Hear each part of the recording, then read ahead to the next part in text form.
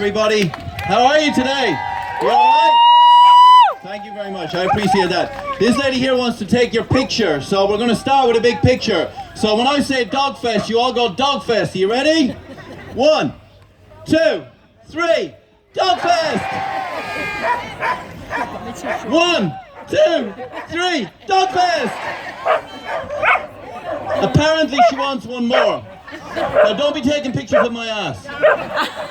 1, 2, 3.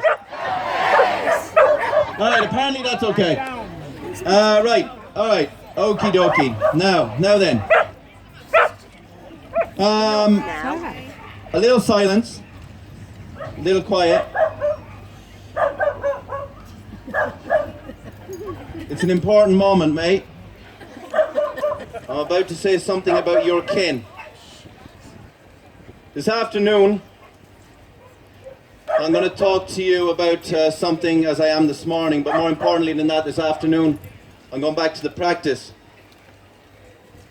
And my heart is breaking this morning because I'm going back to put him to sleep.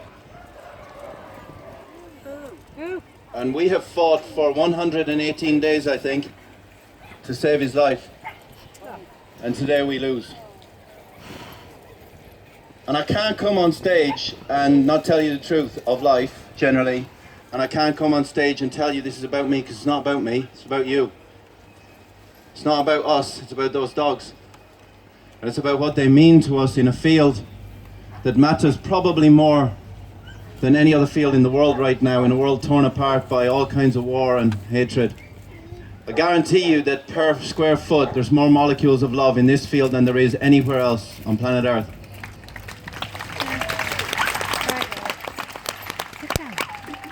And right now,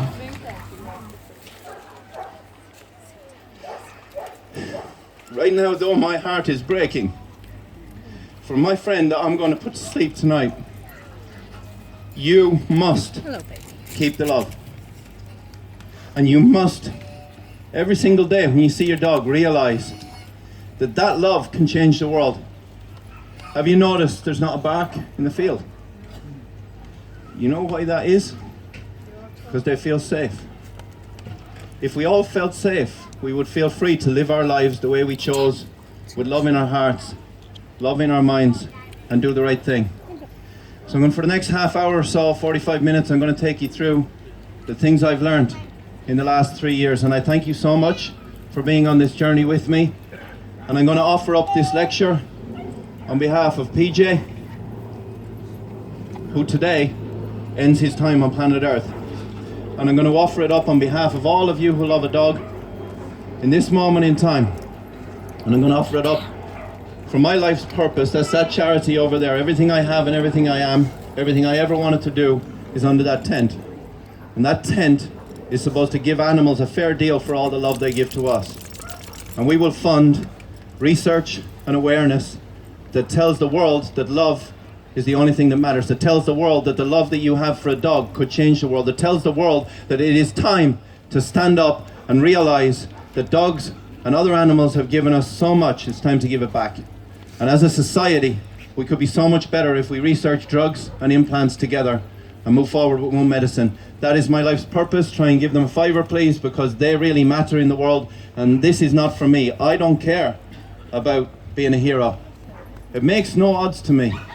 The only reason I did this show on the television in the first place, and why this heartbreak is so real today, is because I can write scientific papers forever, but you'll never read them. Because frankly, they're freaking boring. But what you will do is you'll watch the journey of one human being in one moment in time that desperately cares about their dog and their cat, that desperately cares about the animal that's in their life, that desperately cares that they want to share their journey with you as PJ has with me inside my heart. And I will never be the same again because of that message of love and hope. And every day, that's all I try and do. I try and hold a paw, or I try and hold your hand. And I try and say to you that that love and that hope, no matter how long it lasts or no matter how short it lasts, is the only thing you've got. So please, in this field, rejoice in this moment, because this moment will not come again. This is the only moment you have. And all the politicians and all the terrorists can go home right now, because this field, with these molecules of love, with these dogs distributing those molecules across the world, will change the world right now.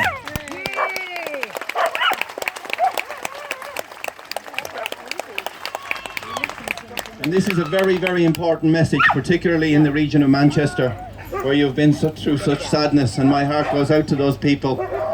But we have a chance in our lifetimes to change that bad news, ladies and gentlemen, to change that bad news into good news. We must look on the positive. And even though some days our hearts really are breaking, some days we have to seek beyond ourselves, and we have to look to the future. And if your aspiration is to be on the front of Time magazine, if your aspiration is to be on the front of Newsweek, you're missing the point. What you have to be is on the front of the Surrey Advertiser. Because clearly that is the epigee of achievement in life. Well, it was for me, because I live in Surrey. And I'm trying to distract myself now, so I'm going to go through the next 40 minutes with you as distracted as I can be, to give you as much positivity as I can. And later on, we're going to move the talk forward into 3 o'clock? 3 o'clock, because I've got to get home to PJ. So I'm not going to focus on that for the rest of this talk, but if you know anybody who wants to come this afternoon, I'm going to move it forward to 3 o'clock, and immediately thereafter, I'm not going to stay for selfies and all that stuff, because I got to get home to PJ, okay? So if that's okay with you, I'm now going to brighten up for the next 45 minutes and give you all I got. So my aspiration was to be on the front of the Surrey Advertiser. And I'd done one of the world's first bionic animals, and I'd put a bionic limb in. And I thought this was fantastic, this was the future, this is the way forward. The problem is that the bionic leg was on the newspaper folded over on every newsstand on the south coast of England, with the headline beside a leprechaun head, which was all you could see: predatory abuser lured girls.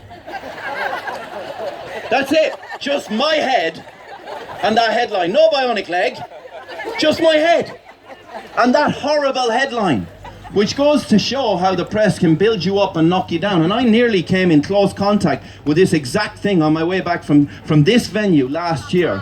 I was on the M6 and I was desperate for a pee. And with all due respect to you, I didn't want to meet any of you.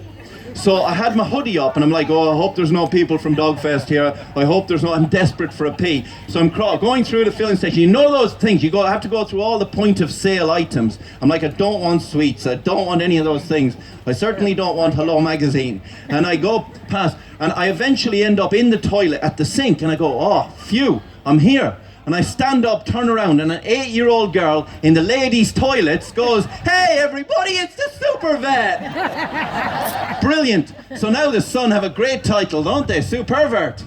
Yeah. Just joking. That shouldn't get out there into social media, because the reality is, I'm not perfect, and people will choose to find fault wherever they can, and I fail in spite of my own efforts sometimes, and you can't please everyone all of the time. But I tell you what, I would really like to be the voice of the animals who have no voice. I would really like to be the voice of the families, you, who care about them desperately, which is why you're in this field and why I want to make a tangible difference in the world, because the journey of one of us is the journey of all of us, because the hope for one of us is the hope for all of us, and because the love of one of us is the love of all of us. And that love and that hope could actually change the world, one child and one dog at a time. And sincerely, if you bottle that love and sprayed it around the world, there would be no hatred, because that love is pure, that love is unconditional. That love between a child and a human is reflected in the television show, which is why you watch Supervet. I set out to make a journey of love. I set out to show you that through the journey of a kitten and the journey of a puppy, we could spray that love around the world, and we could inspire children to want to be nurses, to want to be vets, to want to change the world for the better, that we could inspire the world to look after the few remaining large animals that are out there going to die from extinction because we're ruining the planet, that we could perhaps solve wars across the world where children are torn apart by atrocities that we can only even imagine. But I hoped that in this field at least, we could bottle that love and we could spray it around the world. And the best analogy I have for you is what happened in my own youth. When I was 5, I got the only material possession that I have ever received in my childhood, and that was a beach ball. And I was so proud of my beach ball. I thought this was the nuts. I would run down the beach, I would have fantastic fun, I would jump up and down on this ball of love, and I would get friends. I didn't have any friends. Just nothing's changed. So I was running down the beach with my beach ball, and all of a sudden a big gust of wind took it off across the Atlantic Ocean. And I was gutted. My potential, my dreams, my aspirations, they are gone. Gone. Forever. And I was kneeling on the sand crying my eyes out, and my mum, God bless her, came up and put a hand on my shoulder and she said, "Noel, that was a lovely thing to do there now." And I'm like, "Mum, I've got no beach ball. I'm crying and you think it's a lovely thing." That's how we pronounce thing. And she said the most profound thing I have ever heard in my life. And what she said was, "That was a lovely thing to do there now, Noel. You gave that beach ball of love to a small child in America that really needed it." Well done. Round of applause for my mum. God bless her. She can't be here today. She can't be anywhere today because she's now an invalid. But she gave me unconditional love. And today, I am going to give this beach ball of unconditional love to you. The problem was, after I imagined what my mum had said, and that beach ball was going to go to America and give love to a poor child that I had never met, I had nightmares. Total nightmares, because I thought, the ball is never going to get to America. All that's going to happen is it's going to end up like a piece of plastic floating on the water, because it's going to puncture on the way. And I was really upset, because I thought the beach ball of love is never going to get to America. It's just going to be a small piece of plastic floating on the water. And then, as I was preparing this talk, I thought about what that piece of plastic might mean, that piece of flat plastic. And I thought, well, sometimes our world is flat. Sometimes this blue and white world becomes flat. Now, if I told any of you in the room the world is flat, you wouldn't believe me. And yet, we have this ocean of possibility. And most days, some of us feel a bit flat for whatever reason. And then our dog comes in and licks our face and everything seems okay, because dogs rock. Anyway, the point of today is to give you this beach ball of unconditional love. And no matter how deflated you feel, no matter how flat your world is, my job today is to reinflate that world, to give you love back into your lives so that you can go back out into the world and hand that beach ball of love to the rest of the world. And I guarantee that everybody will go out of this field today and say, "Here you go, mate, here's a beach ball of love." And I don't care if that's a beer, if it's what you're having for dinner tonight, I don't care what it is. I want you to say the following words: "I am handing you the beach ball of unconditional love." They'll think you're mental. I don't freaking care. I just want you to hand the beach ball of unconditional love to your neighbor and mean it. So, I decided, in looking at this flat beach ball, that I would convert it very cleverly into a pie chart to tell you what I have learned about the super vet. And what I have learned is the power of unconditional love. What I have learned is our responsibility for animals on planet Earth. What I have learned is that animals, and indeed many humans, can be quite challenging. What I've also learned, as you're hearing about, is living with failure. What I've also learned is that I have to approach this with honesty, integrity and transparency, or otherwise I'm a fraud. I have to have care. We all have to have care. We all have to have compassion. We all have to have family values. And ultimately, none of us can be allowed to have dreams and hopes unless we have all those values. And all of those 7 things, those 7 values, I have learned from the show by sharing it with you. And the first of those 7 values is dreams, hope. All of us have dreams and hopes. When we're a child, that's what we want to do. We want to do stuff with our lives. We have dreams and hopes. I was in Ireland in large animal practice, paring a cow's hooves with the lights of a Massey Ferguson tractor, and a cow shit on my head. Sorry about the kids if that's a rude word. Pooed. The cow pooed on my head. Poo is always allowed in children's books. So a cow pooed on my head. Yeah, I know, go figure. So I thought that wasn't for me. And I was delighted. I'm very grateful that you came to they allowed me to be among you in the United Kingdom, and I'm deeply grateful that you allowed me to achieve my dreams. The problem was, when I first came to the United Kingdom, my first 2 places was beside kebab shops. So the gag was, dachshund in one door, out the other is a sausage. Don't take it to Fitzpatrick, because that is never, they thought I had a trapdoor where the dog would just go and make sausage meat. Very rude, but very depressing. And I had to put up with this for ages and ages and ages, and I was very depressed. And one day a man came in with his dog was broken, and he asked me to fix his dog. And I said how much it was. He didn't have enough money, and he said, well, will you fix my dog anyway? And I said, yeah, well, I could try. And he said, are you sad because I don't have enough money? And I said, no, I'm sad because I can't get planning permission. And he said, well, I'll tell you what if I get you a new home and you fix my dog? Now I'm thinking, yes, this vagabond and villain will run off into the distance and fix his dog, nothing will ever happen. But 3 days later, he brought me here. Now, who among you can see a state-of-the-art veterinary practice waiting to happen right there? Oh yeah, baby, that biology's waiting to be built up. So that is the practice you see every week on the Super Vet. That is the dream, that is the hope, that is the aspiration. And after that, I thought, okay, I want to build the greatest centre on planet Earth for neurosurgery and orthopedics, which is Fitzpatrick Referrals, that building. And then I want to build the greatest surgery on planet Earth for soft tissue surgery and cancer. And everybody told me it was impossible. 3 banks pulled out along the way, and I thought, well, this is possible. This is the right thing to do. So we built the cancer centre. And my next foray is this. It's lucky I'm called Fitzpatrick, because this stands for the Fitzpatrick Institute for the Restoration of Skeletal Tissue, which is the word first. And this is the first time in the world that we are going to lay a cornerstone that gives animals the same treatment as humans at the same time. And that will fuel a more compassionate world with one medicine, one love, and one hope. And that is the cornerstone of that building. It's the cornerstone of all of my dreams. Thank you.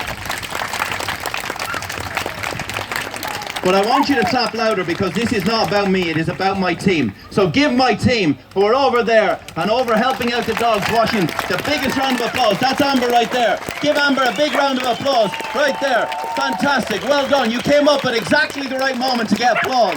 Well done, you.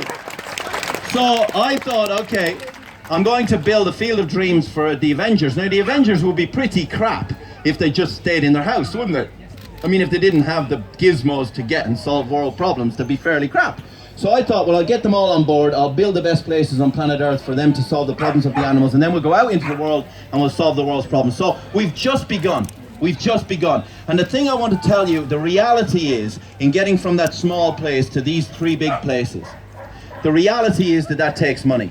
Now, the greatest rumour I've heard about myself recently is that the Queen gave me all my money. Well, God bless Her Majesty, good job. I hear lots of rumours about myself, some of which I won't go into in general public, but I'm really not that good, just so you know. Anyway, the point is that that takes money. And in this pub, I sat down and I wrote on a napkin what the dream was. Subsequently, as I've said, 3 banks pulled out. But money is what makes things not happen. And I'm telling you about real life because I worry that the veterinary profession and the human medical profession are in danger of being corrupted by money.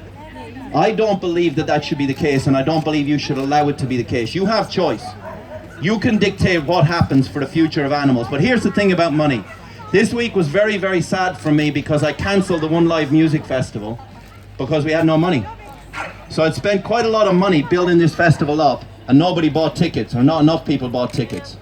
So that's real life. And if you want to change the world you live in, you have to make a tiny step. I will build your field of dreams. That is my commitment to you.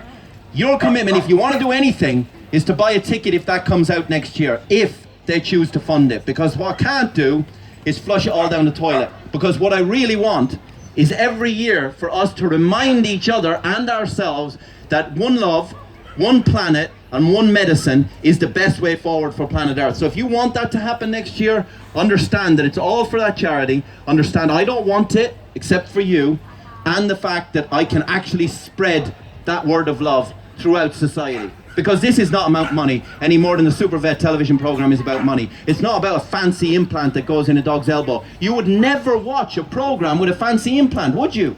That would be a nerd thing to do. That's what I would do. But I'm a nerd. That would never happen. What it's about is family. What it's about is Archie.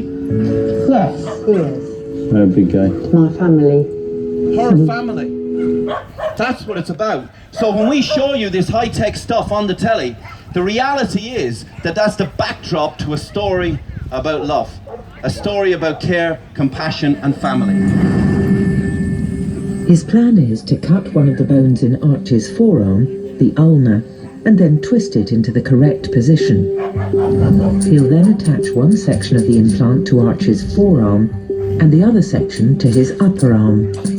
Linking the two sections together with a hinge is the biggest challenge. Noel will have to do this without damaging Archie's contracted muscles, tendons and nerves, which he'll have to pull into the correct position. So that's a fabulous thing, because it gives a dog a pain-free life. But it's not about the money, and it's not about the technology. It's about this.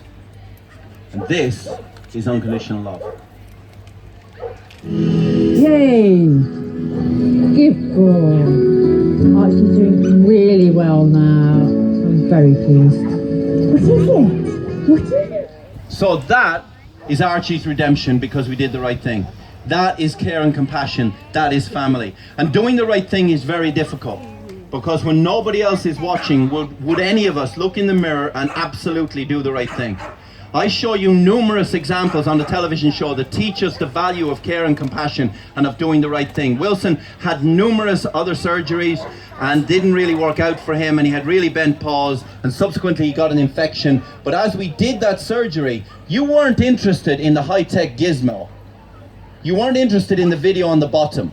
What you were interested in, and this is really important, is the fact that Wilson wanted to hump my leg. That's right, mate. Yeah, I know. Yeah. I love you too. We do see some dogs that come in that are quite over-friendly. All right, then, sit on top of me if you must. A lot of dogs go a bit crazy when they see Noel. I'm trapped.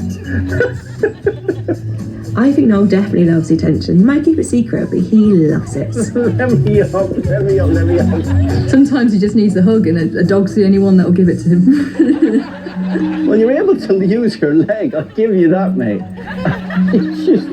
I gave him a new leg so he could hump better.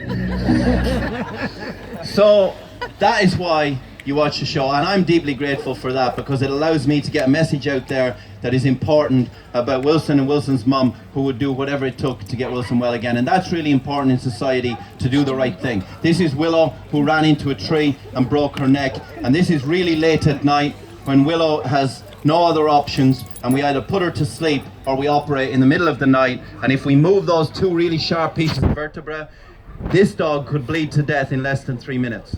So you're doing this at potentially 2 a.m. and you have to decide, are you going to do the right thing? When Willow comes back and licks your face, it's a wonderful feeling of joy in my heart. But more importantly, it's a wonderful feeling of joy for Lev, who is the little brother of this little hairy sister. And that is what he called her, his little hairy sister.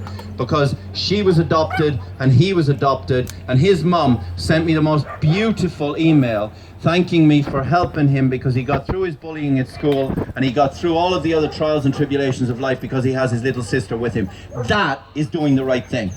Because the right thing to do takes courage, the right thing to do takes tenacity, the right thing to do is about making the decision for life or death in all of these animals, as can happen at any time. That is the right thing to do. And we must do that with integrity, we must do it with honesty, we must do it with transparency, because that's what your mum would want. This is my mum, her name is Rita. She can't be here today. This is the dog I'm lucky enough to have in my life. Her name is Kira. And this is the Queen Mum. And when I first met the Queen Mum, I thought it would be hilarious if I went down on one knee and knighted her with a limb amputation prosthesis. Because I thought, well, who else is going to ever have done that in her life? Security whisked me away pretty quickly. Don't touch her shoulder. But she got the gag and subsequently got an invitation for Buckingham Palace, which was wonderful. She actually cares about the world like my mum does. You're very lucky to have a monarch like her, because she does actually care. She does care. She cares about everybody in the United Kingdom, and you do and I do. And this is a man called Chris, and he was homeless, and his friend was Spud. And we had some very difficult decisions to make on the Supervet television program, where Chris had to say goodbye to Spud. And that is doing the right thing. We gave him 6 or 7 months of life, and then we had to put him to sleep. But ultimately, Chris will say this himself, Spud saved him from himself. And that is what dogs do for us. And I think that in the veterinary profession generally, we have to do the right thing. It's no longer acceptable to say nothing can be done. Sometimes you have to say goodbye, but not all the time. And I don't think that veterinary surgeons have the right to withhold choice. All of these things are available nowadays, but it has to be done with honesty and integrity. You are supposed to know what things cost. You're supposed to know what your options are. You're supposed to know, and we must do that with integrity. With dogs like Sweeney, for example, who have a giant tumor in their leg, when I show you this on the television, you're not really interested in the tumor in this dog's leg. What you're interested in is the story behind this dog's salvation. And what you're interested in is the fact that this technology is now available to put a metal endoprosthesis inside this dog's leg, and that you should have that choice. I strongly believe that going forward, the veterinary profession has a moral responsibility to give you this choice. And if you have that choice, then it's your ability to bring Sweeney back into a loving family, and you can make that choice. And I'm here to tell you that this is about you. This is about your dogs and cats. This is about your love. This is about your life, and you can make those decisions. Ultimately, though, together, if we do that, we're going to live with failure, like I do every day of my life. And this happens all the time. I can do the same operation on 2 different days and get the different result. This is Bella, and this broke the hearts of the nation when she was on the television. And she was part of a wonderful family, some of the best people I've ever met in my life. And she had a really bad defect non-union of her femur, which meant that this whole middle section was gone and rotted away and had infection. And we couldn't take her leg off because she had a really poorly hip and a poorly pelvis. So what we attempted to do for the first time in the world was cut out the entire middle section of her femur, put in a trabecular metal mesh, and put stem cells into that so that that could grow a new femur for her. And when you saw that on the television, bear in mind that that's not even available for humans yet. Bear in mind that we were doing stuff in your living room that if you went to your human consultant and asked for it, he could say, or she could say, I'm sorry, you can't have it. But this family got that because they wanted the best for their friend. And this, as I said, is among the best human beings that I have ever met in my entire life. They loved Bella so much. They loved her with all their hearts. And then it didn't go right. And then together we had to hold each other's hands and we had to say goodbye. Throughout the day, she hasn't eaten, and throughout the day, this discharge from what was a pristine wound last night has 3 pockets that are bleeding infectious material right now. And the reason for that is her immune system is not coping. I think this is it. This is not happening. I'm sorry. This is a sedative. I think we have to let her go. Yeah. Because I think she's going to go over on a cough. Yeah. I'm so sorry. But I am sorry. And all of you are sorry. Because that's real life. But we must hold each other's hands. We must do the right thing. We must cope with failure. Because on a Monday or a Tuesday, I could do the same operation as I've said to you, and one day I'm a hero, and the next day I'm filled with utter desolation like I am today. This is real life. However, that does not mean we do not get back up on the horse when we fall off. That does not mean we accept failure when this little dog Winston comes into our clinic and has both front feet ripped off underneath a car. And at that time, which was more than 10 years ago, I had no limb amputation prostheses, and the man asked me, could I fix this dog's feet? But the dog had no bones in the front feet. So I had to find bone from somewhere. And the thing is, I'd seen this movie. Now I know that the ladies in the audience will all fancy Hugh Jackman. And he is a pretty good looking man, but that's a better looking man. I'm just going to lay it out there. Just going to lay that out there for you girls, just in case you forget. And the reality is that what I found with Wolverine was he had these pegs, and I thought if I could take off Winston's tail and take his tail vertebrae and thread them along Wolverine's pegs, I could potentially grow new hands for him. So we amputated his tail and we grew him new hands. And then he could run around with 2 new hands with no tail. But isn't that a marvelous example of redemption against the odds?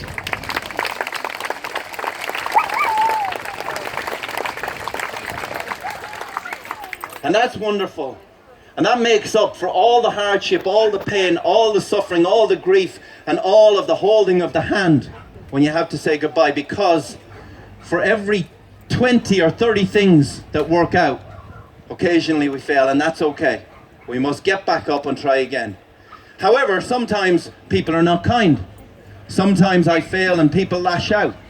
Sometimes animals don't really want me to help them. For example, this is my look on my face the very first time I looked in the eyes of this cat. Now, this is a special treat for all the dogs in the audience because there's no cats, you'll notice. Now, there's a good reason for that.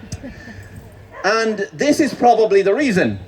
Extreme care was written on Buggy's department because when I went up to visit Buggy, shortly after I had saved him, this is the response I got. Noel is checking up on Buggy, the cat he operated on last night to fix his deformed legs. Hey, buddy.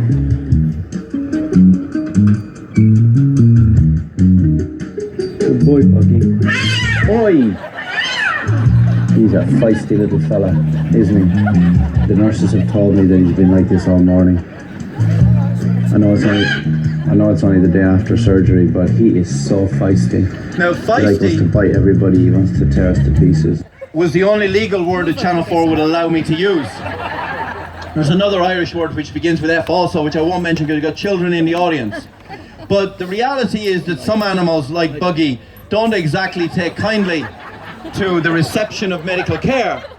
And it was wonderful to see the dogs in the audience going, "Where's the cat? Where's the cat?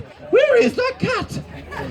And they were all quiet for a moment again because they thought they were going to chase one. Cookie was another animal that didn't really appreciate me treating him, and Cookie was the proud family member of this beautiful lady who loved lots of animals like Cookie, and she's a wonderful human being. And she was a fantastic lady who wanted the best for Cookie, but Cookie hated me. He did, however, love Michael. Now, Michael would go up to him, and he was the animal whisperer. He was like, "Oh, Cookie, Cookie, Cookie," and Cookie's like, "Oh, yeah, Michael." Noel would go up and he'd go, "Rawr, rawr, rawr." So once again, yeah, I know, mate. Give it up for all of my team of Fitzpatrick referrals who make me look good. Yes, thank you very much. Well done, ladies and gentlemen. Thank you for helping me out in life, with the exception of Miguel. Now, Miguel is a senior surgeon I work with, and he's a very naughty boy.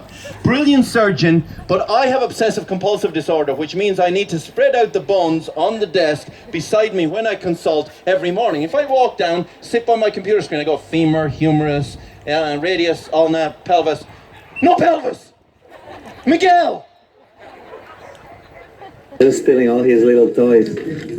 He does mine. He gets very upset. Yep. So some people choose to make your life sad some days. But we never ever forget our responsibility for the animals, and that's why we do this. Our responsibility for animals on planet Earth, our responsibility for all kinds of animals. Hey dogs, there's a rabbit. Nobody's watching the screen. So we have a responsibility when we fix little family